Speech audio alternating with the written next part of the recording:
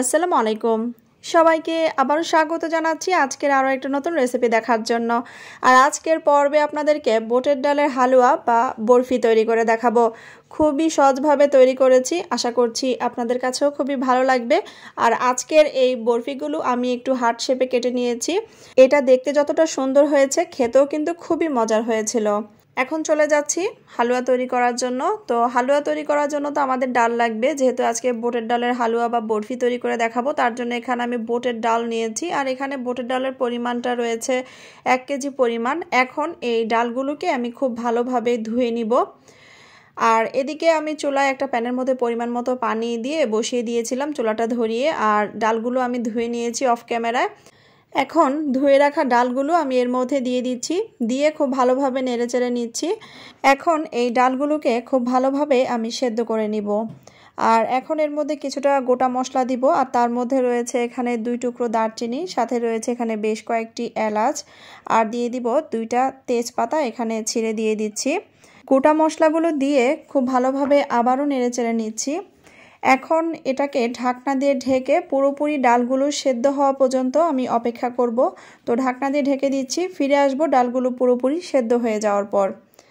ঘন্টাখানেক পর আমি ঢাকনাটা সরিয়ে নিয়েছি, আর এই যে দেখতে পাচ্ছেন ডালগুলো কিন্তু পুরোপুরি সেদ্ধ হয়ে গিয়েছে, আপনারা হয়তো এখন দেখে বুঝতে পারছেন।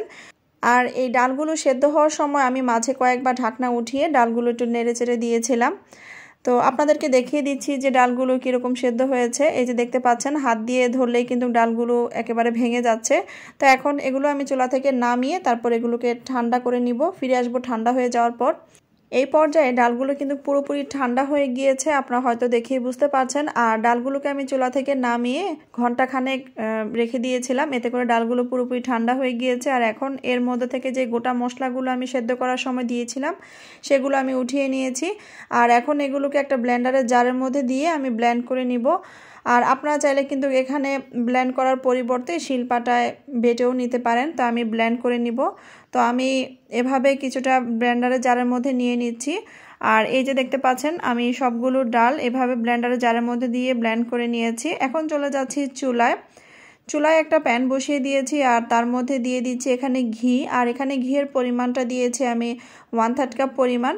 এখানে আপনারা ঘিয়ের পরিবর্তে বাটার অথবা তেল দিয়েও এই হালুয়াটা তৈরি করতে পারেন, তবে ঘি দিয়ে করলে এই হালুয়াটা খেতে বেশি ভালো লাগে।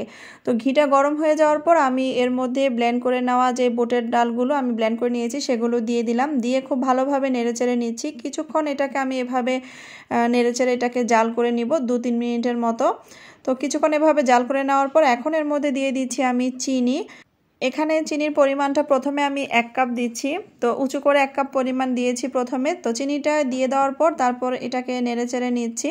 তো এভাবে কিছুক্ষণ নেড়েচেড়ে নিলে কিন্তু চিনিটা আস্তে আস্তে গলে এই ডালের হালুয়াটার সাথে মিশে যাবে। চিনিটা দিয়ে দেওয়ার পর এখন এর মধ্যে দিয়ে দিচ্ছি স্বাদ মতো লবণ।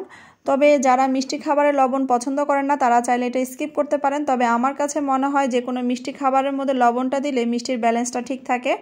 তো এখানে আমি প্রথমে 1 কাপ পরিমাণ দিয়েছি, পরে আরও 1 কাপ পরিমাণ দিয়েছি, দিয়ে আবারও খুব ভালোভাবে নেড়েচেড়ে নিচ্ছি।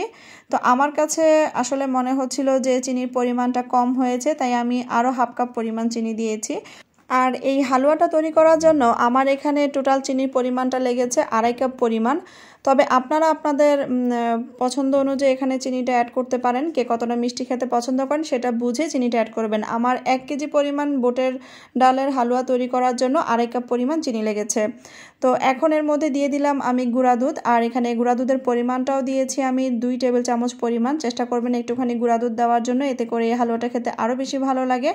দুধটা দিয়ে খুব ভালোভাবে আমি মিশিয়ে নিয়েছি। আর এখন এর মধ্যে দিয়ে দিচ্ছি আমি অরেঞ্জ ফুড কালার, তবে এটা টোটালি অপশনাল, তবে দিলে এই হালুয়াটার কালারটা দেখতে খুবই ভালো লাগে। এখন চুলার মিডিয়াম আছে অনবরত নেড়েচেড়ে আমি হালুয়াটা তৈরি করে নিব। নাড়তে নাড়তে একটা সময় এটা অনেকটাই ঘন হয়ে যাবে। আর এই পর্যায়ের মধ্যে দিয়ে দিতে হবে ঘি। এখানে আমি ঘিয়ের পরিমাণটা দিচ্ছি 2 টেবিল চামচ পরিমাণ। অবশ্যই চেষ্টা করবেন হালুয়াটা চুলা থেকে নামানোর আগে একটুখানি ঘি দেওয়ার জন্য, এতে করে হালুয়া থেকে খুব সুন্দর একটা স্মেল আসে আর খেতেও ভালো লাগে। এই পর্যায়ে হালুয়াটা কিন্তু প্যানের গা ছেড়ে চলে আসছে, তার মানে বোঝাই যাচ্ছে যে হালুয়াটা আমাদের হয়ে গিয়েছে। এখন এটাকে আমি চুলা থেকে নামিয়ে নিব। তো আমি চুলাটা অফ করে দিচ্ছি আর হালুয়াটা নামিয়ে নিচ্ছি। এদিকে আমি একটা ট্রের মধ্যে ঘি ব্রাশ করে নিচ্ছি। অবশ্যই চেষ্টা করবেন যেটার মধ্যে হালুয়াটা সেট করবেন সেখানে এই একটুখানি ঘি ব্রাশ করে নেওয়ার জন্য। তো আমি এখানে একটুখানি ঘি ব্রাশ করে নিয়েছি, আর সাথে সাথেই মানে গরম থাকা অবস্থায় এই হালুয়াটা সেট করে নিতে হবে। তো আমি গরম থাকা অবস্থায় ট্রের মধ্যে এভাবে বিছিয়ে দিচ্ছি, তারপর হাত দিয়ে খুব ভালোভাবে চেপে চেপে নিয়েছি, আর সাইডটাকে একটা প্যাচুলার সাহায্যে সমান করে নিয়েছি। এখন ঠান্ডা হওয়ার জন্য আমি এটাকে কিছুক্ষণ রেখে দিব, ঘন্টাখানেকের জন্য। ঠিক 1 ঘন্টা পর আমি আবারও আপনাদের মাঝে ফিরে আসলাম। যেহেতু আমি একটু বেশি পরিমাণে তৈরি করেছি তার জন্য আমি 2 জায়গায় এটাকে সেট করে নিয়েছি। তো এখানে একটা কুকি কাটার নিয়েছি, আর এটা হার্ট শেপের কুকি কাটার। তো আমি এই শেপেই আমি আজকে এই বরফিগুলো কেটে নিব। আপনারা আপনাদের পছন্দ অনুযায়ী যে কোনো শেপেই কেটে নিতে পারেন, তবে আমার কাছে মনে হচ্ছিল যে এভাবে কেটে নিলে এটা দেখতে আরও সুন্দর লাগবে। তো এভাবে এটাকে কেটে নিলাম, তারপর এটাকে হাত দিয়ে চেপে চেপে বের করে নিচ্ছি। তবে কুকি কাটারের চারপাশে কিন্তু আপনারা একটুখানি তেল অথবা ঘি ব্রাশ করে নেবেন, এতে করে খুব সহজে এটা ছুটে চলে আসবে। তো একটা আপনাদেরকে বানিয়ে দেখালাম, আর আপনাদের বোঝার সুবিধার জন্য আরেকটা আপনাদেরকে কেটে দেখাচ্ছি। আর এই যে দেখতে পাচ্ছেন খুব সুন্দরভাবেই কিন্তু এটা বের হয়ে চলে আসছে, আর এটা দেখতেও খুবই সুন্দর লাগছে। আর এভাবেই আমি সবগুলো হালুয়া আজকে তৈরি করে নিয়েছি। আর তার জন্যই যেহেতু আজকে এটা একটু হার্ট শেপে বানিয়েছি, আর সেজন্য এটার নাম দিয়েছি হার্ট বরফি। তো আশা করছি আপনাদের কাছে খুবই ভালো লেগেছে আমার আজকের এই বুটের ডালের হার্ট শেপের বরফি রেসিপিটা। অবশ্যই বাসায় একবার হলো ট্রাই করে খেয়ে দেখবেন, আর অবশ্যই কমেন্ট করে জানাবেন যে আপনাদের কাছে কেমন লেগেছিল।